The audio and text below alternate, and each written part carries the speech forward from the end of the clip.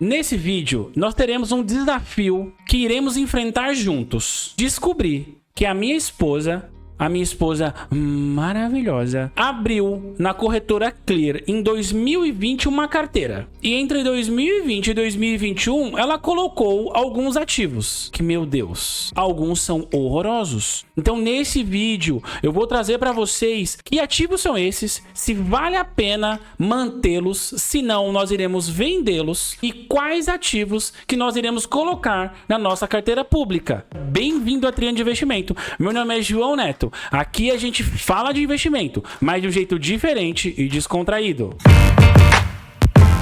Em nosso vídeo anterior, a gente tinha já soltado, né, o spoiler que nós iríamos montar uma carteira pública. Então, na construção desse vídeo, eu descobri que a minha esposa ela tem uma carteira que ela criou lá em 2020 na corretora Clear e ela comprou alguns papéis, alguns ativos, conforme indicação de alguns influenciadores da época, né? Gente, misericórdia.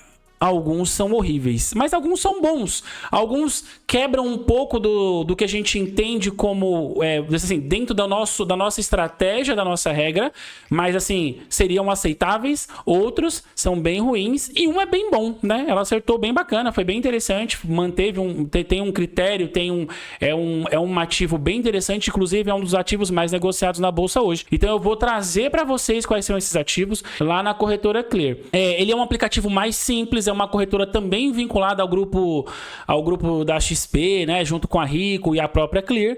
Então eu vou trazer para vocês aqui na tela como que tá essa carteira. Vamos analisar os ativos que estão nela hoje. Então já estamos aqui no aplicativo da Clear. Depois eu ensino para vocês como montar, eu faço um vídeo mais rápido de como criar uma conta aqui na Clear ou na própria Rico e fazer inclusive identificar qual que é o seu perfil de investimento. Mas indo aqui direto para Clear, a gente abre hoje aqui a carteira, ela tem R$ 1.684,05. Ela tá com uma queda de 0,97, porque a gente deu uma analisada aqui e já vi que teve uma recuperação sobre dentro da carteira em alguns fundos imobiliários. A gente tem um saldo hoje de R$ 35,90. Isso aqui é de um dividendo recorrente dos fundos imobiliários que ela tem. E aí, a gente indo aqui em Swing Trade, a gente vê que a carteira ela tá com um prejuízo de R$ 2.333,85. Né? A gente clica em Swing Trade aqui e abrimos a carteira atual. Então, ela tem o fundo imobiliário de shopping, o ABCP11. Ela tem um total aí de R$ 350 aplicados. Hoje, tem uma desvalorização aí nas cotas de 6,28. Ela tem Cogna, que é uma ação de uma empresa de educação, né? Hoje ela tem 301 e tem 309 negativo, uma desvalorização de 50% do dinheiro que ela já estava aqui, né? Nós temos aqui a FIGS, que é um fundo de shopping, que ela tem aplicado R$ 619 e já teve uma valorização de 14,65%. Ela deve ter comprado esse fundo imobiliário naquela época de baixa dos fundos, né? Porque teve uma valorização muito grande e é um fundo, ele não é um fundo grande. Eu vou acabar mostrar um pouco para vocês sobre o FIGS, vou mostrar, né, dividend yield, diversificação, como ele está diversificado, o quanto ele está sendo negociado na bolsa diariamente. E ali a gente tem o MXRF11 também com 5,58 de valorização. Ela tem R$ 367,65. Tem 35 cotas. No FIGS, acabei não falando as cotas, ela tem 10. E no ABCP11 ela tem 5. E na Cogna ela tem 100 cotas. Então, gente, só de analisar aqui, o único papel aqui já de bate-pronto, sem qualquer tipo de análise, somente de conhecer, seria a Cogna, já sairia dessa carteira. Ela vai sair da carteira? Vai, porém eu pretendo segurar um pouco a Cogna. Ela vem numa valorização, se eu abrir o gráfico aqui, ela vem se valorizando, acho que no último mês teve uma valorização, está se recuperando, pode ser que com a queda de juros, ela dê uma recuperada aqui nessa ação e pode ser que a gente consiga recuperar um pouco desse valor aqui. Então, a Cogna é o único papel que a gente não vai mexer aqui. Eu acredito também que o MXRF11. Os outros dois fundos imobiliários de shoppings, eu vou trazer para vocês uma análise e vou trazer o porquê nós não iremos manter eles na nossa carteira pública e o que a gente vai trazer aqui dentro da carteira para substituí-los. Então, bora para a análise do ABCP11, da própria Cogna e do FIGS. Então, gente, né, antes da gente entrar lá no site do Investidor 10, se ainda não é inscrito, se inscreve no canal, deixa o joinha para que esse vídeo possa chegar para mais pessoas, para eu entender que vocês estão gostando desse vídeo, desse tipo de conteúdo, e ativa o sininho para receber mais informações, para receber os nossos vídeos futuros. Inclusive, receber as atualizações da nossa carteira pública. E antes da gente entrar no site do Investidor 10, é onde a gente vai buscar as informações para analisar esses três ativos, que eu quero deixar para vocês. Estou gravando esse vídeo no sábado, então o sábado a B3 não é aberta, você não pode negociar papéis. Então o que a gente vai fazer? Eu vou fazer inicialmente a análise sobre os ativos atuais, vou fazer a venda de algum deles, né, que conforme eu vou trazer para vocês o porquê que a gente vai vender, já vou deixar as ordens de venda preparadas para quando abrir na segunda-feira às 10 horas já vender esses ativos, e no próximo vídeo eu já trago para vocês os novos ativos da carteira. Nesse vídeo eu já vou falar para vocês quais serão.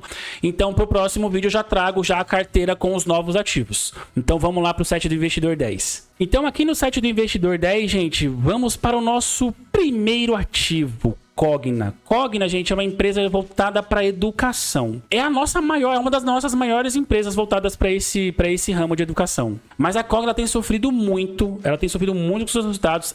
Eu vou mostrar para vocês, ela vem com um lucro líquido negativo há pelo menos desde 2019, se eu não me engano, 2019, temos aí 5 anos já de lucro negativo. Então, hoje a cotação da Cogna está R$ 3,01. Nos últimos 12 meses, ela valorizou 20,40%. Ela tem um PL de menos 13. Pra vocês terem uma ideia. Então o PVP dela tá 0,46. Tá? Se R$100, estaria pagando R$46. Se ela custasse R$1, estaria pagando 46 centavos. É uma oportunidade? Eu não acredito no setor de educação para investimentos. Então, isso é minha opinião. Isso aqui não é uma dica de investimento, porém eu não acredito. Então, devido a essa valorização da Cogna nos últimos 12 meses, a queda de juros, eu acredito que ela possa recuperar um pouco desse valor. E aí eu posso acabar conseguindo recuperar um pouco do valor investido nela. Então, a Cogna nós não vamos tirar da carteira, mas somente porque o prejuízo está muito alto com relação a ela. A ideia é esperar mais um pouco para ver se ela recupera se eu reduzo um pouco desse prejuízo. E a gente vindo lá mais para baixo aqui, ó, desde 2019 ela não paga nenhum tipo de dividendo ali, né? Ela não paga. Quando ela pagava muito baixo o valor ali, o percentual. Aqui embaixo ainda pior ainda, tá? Aqui mostra lucro líquido versus cotação. Mesmo ela dando uma recuperada no lucro líquido dela aqui em 2020, que ela teve um pushzinho aqui, vem inclusive numa tendência de alta, a cotação ainda não acompanhou, que é a esperança que a gente tem para reduzir um pouco do nosso prejuízo com relação à Cogna, tá ok? Aqui tem os números dela sobre receita líquida, custos, lucro bruto, que você pode estar fazendo alguma análise. Aqui, novamente, patrimônio da Cogna, as barras, são as barras aqui, que são o patrimônio. A gente tem a receita líquida, que é a linha verde, e a gente tem o lucro líquido novamente. Comparando patrimônio, receita líquida e o lucro líquido, a gente vê novamente que ela está negativa. Então, voltando aqui pra gente, voltando um pouquinho antes de a gente ir para a análise do fundo imobiliário, dos fundos imobiliários, a ideia é que manter a Cogna para tentar reduzir um pouco do prejuízo que a gente já tomou com a Cogna, já tomou com esse ativo, pela tendência de mercado, pela redução de juros e uma tendência de crescimento que ela vem apresentando. Se ela tivesse continuando numa queda ainda, não tivesse uma luz no fim do túnel, possivelmente seria melhor desfazer do papel para não acumular mais prejuízo ainda. Porém, com esses últimos 12 meses, ela teve um lucro, ela teve um crescimento ali de 20% na sua cotação e tá com uma tendência ali de aumentar as suas receitas, nós vamos segurar mais um pouco, manter esse papel para tentar reduzir o nosso prejuízo. E aí vocês devem estar se perguntando, João, por que você não adota a estratégia de comprar mais cotas da Cogna, reduzir o seu preço médio e tentar sair numa próxima subida ali para tentar reduzir o seu prejuízo? E sim, existe essa estratégia, porém eu já efetivei esse prejuízo, eu só quero reduzir ele um pouco. Então eu não quero fazer esse movimento de comprar mais cotas, até pelo risco que ela tem de cair mais e dar mais prejuízo ainda e eu colocar mais dinheiro nela. Então não, eu vou esperar mais um pouco, mais 1 ou 2 meses para entender qual que vai ser o movimento da ação da Cogna, desse ativo. E caso ele não mude, possivelmente ele saia da nossa carteira ou eu vou mantendo ali, depende muito do movimento de mercado, mas eu acredito que com a redução de juros, né, a redução da taxa Selic, pode ser que tenha uma recuperação aí no setor de educação e a Cogna vem apresentando um movimento de alta aí. Vamos lá, estamos no ABCP11. Gente, eu poderia passar todos os indicadores do ABCP11, dividend yield, vacância, taxa. Porém, existe um indicador em fundos imobiliários que na nossa estratégia é fator de exclusão. Nós não vamos aportar quando o fundo imobiliário ele é monoativo e monoinquilino. E a gente chegou aqui no ABCP11, ele é monoativo. Por que a gente não investe em monoativos? Porque se tiver problema com esse ativo, a gente vai zerar o nosso rendimento. Essa cotação ela vai cair drasticamente e o prejuízo aqui é enorme. Então, o ABCP11 ele vai sair da nossa carteira para a entrada de algum outro ativo. Então, esse é o primeiro ativo dessa carteira que a gente vai eliminar. Nós vamos vender as cotas. E agora vamos para o FIGS 11. FIG 11, vamos direto lá para a parte de diversificação, porque se ele for monoativo ou monoinquilino, a gente já vai eliminar. Vamos lá. O FIGS 11, ele tem 2 shoppings. Ele não é monoativo e nem monoinquilino. Porém, vamos lá, gente. Poderia manter o FIGS 11 na carteira? Poderia, mas é um fator ainda pra gente muito relevante a diversificação. Ele tem 2 shoppings, ele tem o Shopping Maia e o Shopping Bom Sucesso. Mesmo não sendo monoativo, ainda é um fundo imobiliário extremamente arriscado. Mas esse poderíamos manter ele na carteira por ser, né, por ter 2 shoppings ali, e aí se tiver um BO em um dos shoppings, você vai sofrer somente com 50%. Porém, dentro da nossa estratégia, dentro do nosso cálculo de risco, nós vamos retirar também por esse fator. Isso aqui é um fator crítico pra gente, bem crítico, tá? Eu tenho uma tendência de pelo menos 3, 4, 5 imóveis aí para começar a ser um pouco mais seguro, né? Para você não sofrer tanto com algum problema ou alguma inadimplência em um determinado imóvel desse fundo imobiliário. Agora vamos dar uma olhadinha no MXRF11. Esse não precisa nem de análise, né? Hoje a cotação está em 10,76. Ele tem um dividend yield de 12,27. O seu PVP está em 1,08. Está extremamente valorizado. Está acima do que ele vale. 0,8 acima do que ele vale. Ele tem uma liquidez diária de 10 milhões. Nós estamos falando que entre compras e vendas diárias tem um fluxo de 10 milhões. É maravilhosa essa liquidez diária, teve uma valorização de 21%.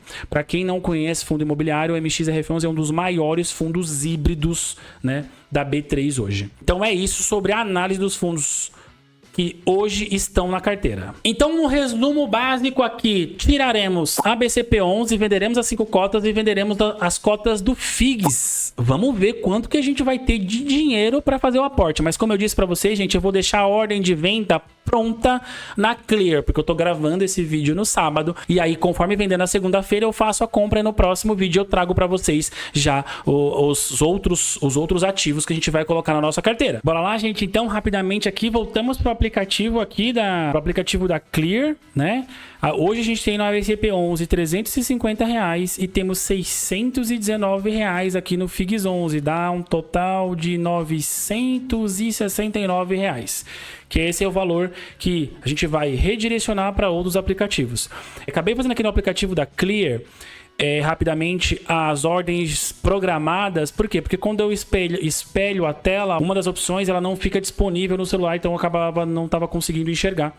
Então eu já fiz aqui, ó, se a gente for aqui em ordens, a ordem tá a partir do dia 4 até o dia 9 a venda de da quantidade de 5 papéis do ABCP11 e 10 papéis do FIGS, aí vai dar quase perto de R$1.000 que a gente vai reaplicar em outros fundos imobiliários, que eu vou trazer para vocês os fundos maravilhosos que nós vamos colocar na nossa carteira. E agora, quero trazer para vocês já no aplicativo aqui, a gente vai manter o MXRF11, a gente vai trazer o GALG11, que é um fundo de logística, a gente vai trazer para a carteira o VINO11, que eu já fiz análise junto com o JSRE. Para minha carteira principal, eu preferi o JSRE, mas para essa carteira pública, a gente está trazendo o VINO11. F11 e eu já explico por quê. E a gente vai trazer o Vigia. O Vigia é um fundo de agro, o Vino 11 um fundo de lajes corporativas, o Galg um fundo logístico e o MXRF11 é um fundo híbrido. Então, pessoal, para não alongar mais esse vídeo, para não ficar um vídeo de 25, 30 minutos para vocês perderem o interesse pelo vídeo e perder um conteúdo extremamente importante, que é um pouco da nossa estratégia, eu indiquei para vocês os fundos que nós vamos colocar nessa carteira, porém, vão acontecer as vendas e as compras, né, durante a semana, como eu estou gravando o vídeo no sábado. Então, o que a gente vai fazer? No próximo vídeo eu trago para vocês um pouco da nossa estratégia para distribuir, como que a gente vai distribuir o nosso aporte mensal, inclusive também as vendas desses dois fundos imobiliários. E antes do fim agora, se você ainda não é inscrito no canal, se inscreve, se não curtiu o vídeo, curte, ativa o sininho para continuar recebendo as notificações dos vídeos, os vídeos que a gente vai trazer sobre essa carteira, os vídeos que a gente vai trazer sobre análise. E se você quer alguma análise sobre os fundos que a gente está indicando, ou algum outro fundo, ou quer que eu traga alguma outra notícia para você, deixa lá no comentário pra gente, deixa o joinha, porque eu entendo se vocês estão gostando ou não desse vídeo. Esse é um jeito de a gente analisar e acabar entendendo se vocês estão gostando ou não, tá ok? Agora vamos pro final. Para vocês que não conhecem, esse é o MyProfit. Eu acabei assinando o MyProfit, né? Eu pago o plano anual. E aí por quê? Porque eu consolidei todas as minhas carteiras. Eu tenho a parte que eu faço de ações, fundos imobiliários, né, que eu negocio na B3. Eu tenho ali pela Rico, eu tenho o Banco Inter, que eu faço estoques, ETFs e rates pelo Banco Inter, e tenho pelo Banco Sofis a nossa reserva de emergência com algumas aplicações em renda fixa. Então eu precisava de um aplicativo para consolidar tudo isso, então eu vim para o MyProfit, eu acabo pagando isso anualmente, até pelo imposto de renda, e eu vou trazer para vocês aqui. Essa aqui é o nosso rendimento, né, dos últimos 4 meses, desde abril. Aqui no MyProfit você consegue ver até hoje, consegue ver futuro, eu vou trazer até hoje para vocês, tá? Aqui você consegue ver mês a mês, ação a ação, mas o mais interessante para vocês é aqui, ó. A gente começou lá em abril com R$31, em maio R$122,18, em junho a gente teve R$247, em julho a gente teve R$286 e em agosto a gente teve R$695 somente de dividendos. E aqui está o segredo de uma boa diversificação. Essa parte azul escura são os fundos imobiliários, que eles crescem constantemente, eles te pagam mensalmente. A parte azul clara é de ações. E a gente teve um push aqui no mês de agosto, justamente pela BB Seguridade, que a gente tem BBSE 3, que pagou 320, foram R$331 de dividendos no mês de agosto. Veja o quanto é maravilhoso os juros compostos. E tudo isso aqui já está reinvestido na nossa carteira. Se você vir aqui também, ó, a gente consegue ver o futuro, né? Já coisas que vão entrar, que a gente já teve até o presente momento, R$1.384 de dividendos em 4 meses. Se você pegar aqui já com o futuro, ele já consegue trazer inclusive alguns rendimentos já previstos de ETFs, tudo, e dá um valor aí já de R$1.652. E aí tem um fluxo aí, vocês já conseguem ver e entender. Você pode tirar aqui, se você desflegar, vamos dizer assim, ó, ele diminui, já te mostra outro tipo de gráfico, e você flega novamente, ele traz aí. Então esse é o rendimento, e aqui não desconsidera, tá, a renda fixa. A gente tem um percentual de renda fixa, porque inclusive a nossa reserva de emergência, ela é aplicada em 3, até para responder algumas dúvidas sobre o vídeo anterior. Eu falei, João, porque a reserva de emergência não tem que ser investida. Sim, eu não sou milionário ou rico o suficiente para que deixe parada a minha reserva de emergência. Então, o que eu faço com a minha reserva de emergência? Eu acabo aplicando na minha reserva de emergência em 3 lugares específicos, né? Eu aplico a minha reserva de emergência, são 2 salários hoje, na minha conta, numa conta ali de CDI 100%, que é o famosa Nubank, apesar de eu não usar o Nubank, mas é como se funcionasse com a Nubank. Eu deixo os outros 2 salários, eu já deixo no Tesouro Direto, porque a liquidez é um pouco mais complicada, porém a rentabilidade é boa. E eu deixo mais de 2 a 3 salários, que são 3 salários, no próprio Banco Sofisa, também na liquidez diária, porém num CDI. Esse CDI, normalmente, eu não consigo sacar ele, esse CDB, me perdoe, eu não consigo sacar ele no final de semana. Se eu precisar de acesso a esse dinheiro no final de semana, semana, realmente eu não tenho acesso, eu acabo usando o dinheiro que eu tenho da minha reserva de emergência em conta, assim como o Tesouro Direto também não. Então você pode acabar dividindo a sua reserva de emergência, fazendo esse fluxo de investimentos, porque, gente, eu não quero deixar o meu dinheiro numa conta na qual ela não rende. Então eu acabo tentando buscar a maior rentabilidade possível dentro de uma segurança para minha reserva de emergência que eu preciso desse dinheiro. Então eu acabo dividindo isso em uma conta de CDI 100%, um CDB de 110% de liquidez diária e um Tesouro Direto também. Gente, fica aqui o meu muito obrigado para quem acompanhou até agora. Disciplina, foco e execução. E seja imparável.